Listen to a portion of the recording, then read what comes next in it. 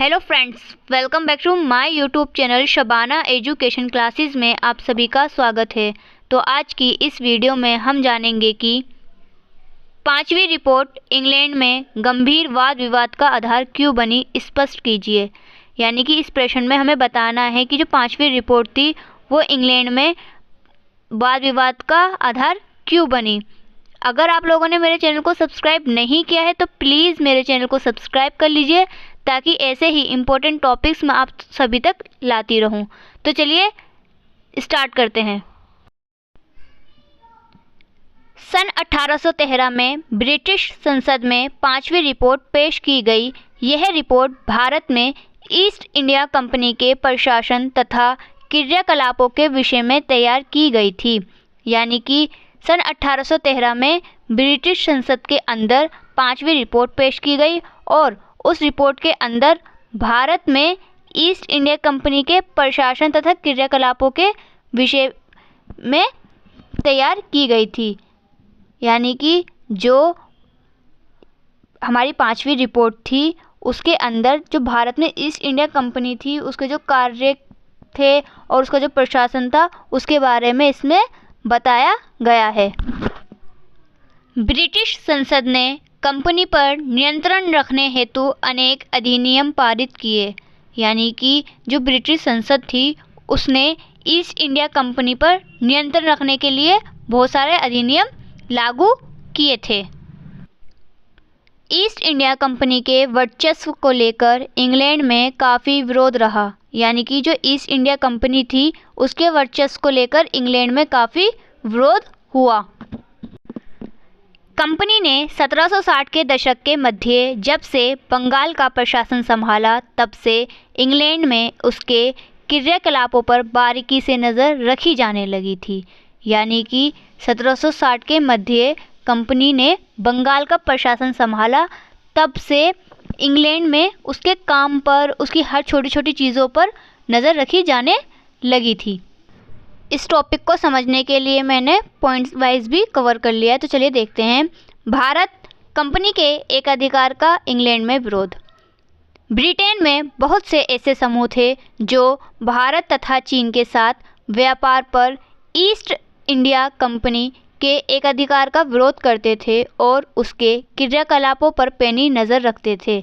यानी कि जो हमारी ईस्ट इंडिया कंपनी थी उसमें भारत और चीन मिलकर कार्य करते थे, लेकिन जो ब्रिटेन के बहुत सारे ऐसे समूह थे वो इस चीज़ का विरोध करते थे और उनके क्रियाकलापों पर अपनी नज़र बनाए रखते थे। वह कंपनी की त्रुटियों और कमज़ोरियों को हमेशा चर्चा का विषय बनाते थे।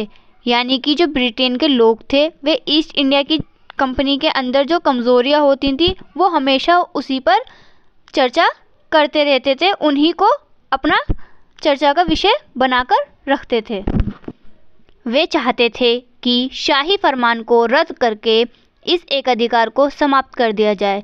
यानी कि जो ब्रिटिश के लोग थे वे ईस्ट इंडिया कंपनी के फरमान को रद्द करना चाहते थे और वे चाहते थे कि जो ये एकाधिकार है भारत और चीन के बीच में वह समाप्त हो जाए। सेकंड पॉइंट है हमारा निजी व्यापारियों का भारतीय बाजार के प्रति आकर्षण। इंग्लैंड में ऐसे व्यापारियों की संख्या बढ़ती जा रही थी जो भारत के साथ होने वाले व्यापार में हिस्सा लेना चाहते थे। यानी कि भारतीय जो बाज़ार था वो लोगों के लिए एक आकर्षण बन गया था। इसके चलते इंग्लैंड के जो व्यापारी थे उनकी संख्या बढ़ती जा रही थी। किस लिए? इसलिए कि वह चाहते थे कि वह भारत के साथ अपना व्यापार कर सकें, वह भारत के साथ जुड़ सकें और तालमेल अपनी अच्छे से बैठा सकें। उनके उत्पादों के लिए बड़े बाजार के रूप में भारत उन्हें उपयुक्त लगता था।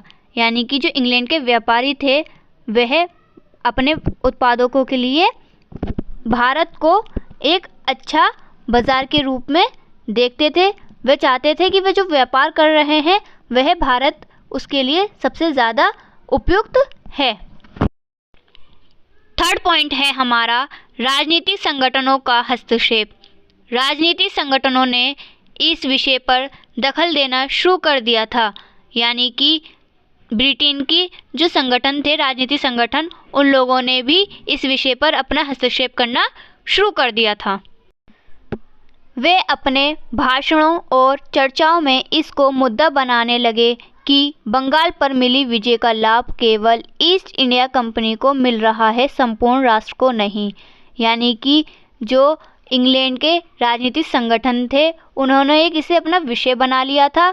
वे अपने भाषणों में सिर्फ इसी से रिलेटेड चर्चाएं करने लगे थे कि बंगाल पर विजय जब प्राप्त हुई है तो उस पर केवल ईस्ट इंडिया कंपनी को लाभ ना हो, बल्कि पूरे राष्ट्र को इससे लाभ प्राप्त हो सके। फोर्थ पॉइंट है हमारा ब्रिटिश संसद में वाद विवाद। ब्रिटिश संसद में भारत में कंपनी के शासन को नियमित और नियंत्रित करने के लिए अनेक अधिनियम पारित किए। यानी कि जो ब्रिटिश संसद थी उसने भारत के अंदर जो ईस्ट इंडिया कंपनी थी उसके लिए बहुत सारे नियम लागू किए थे। कंपनी को बाध्य किया गया कि वह भारत के प्रशासन के विषय में नियमित रूप से रिपोर्ट भेजा करे। यानी कि ईस्ट इंडिया कंपनी को स्पेशली कहा गया कि वह भारत के प्रशासन के विषय में नियमित रूप से रिपोर्ट तैयार करके संसद में, ब्रिटिश संसद में पेश करे। कंपनी के कामकाज की जांच करने के लिए कई समितियां नियुक्त की गईं। यानी कि ब्रिटेन संसद ने ईस्ट इंडिया कंपनी की कार्य को जांच परखने के लिए समितियां बनाई ताकि वह उस पर अच्छे से नज़र रख सके। वास्तव में ब्रिटिश सरकार भी यह चाहती थी कि भारत में कंपनी के शासन को ख़त्म किया जाए, इसीलिए ब्रिटिश संसद में वाद विवाद चलता रहता था। यानी कि जो ब्रिटिश सरकार थी वह ये चाहती थी कि जो ईस्ट इंडिया कंपनी है उसका शासनकाल भारत में ख़त्म कर दिया जाए, इसीलिए ब्रिटिश संसद के अंदर इससे रिलेटेड वाद विवाद चालू रहता था।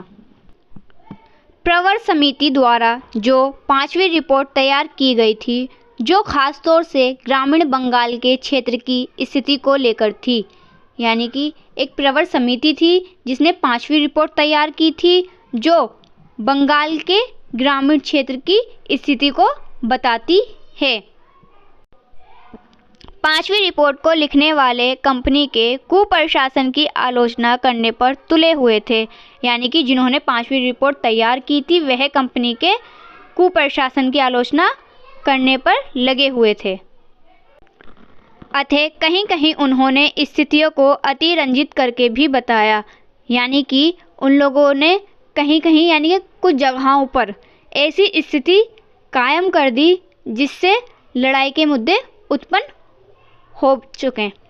अगर आप लोगों को ये वीडियो अच्छी लगी हो तो प्लीज़ मेरे चैनल को सब्सक्राइब करें और ऐसे ही मोस्ट इम्पॉर्टेंट टॉपिक्स को जानने के लिए मेरे चैनल को सब्सक्राइब करें। Thank you for watching this video.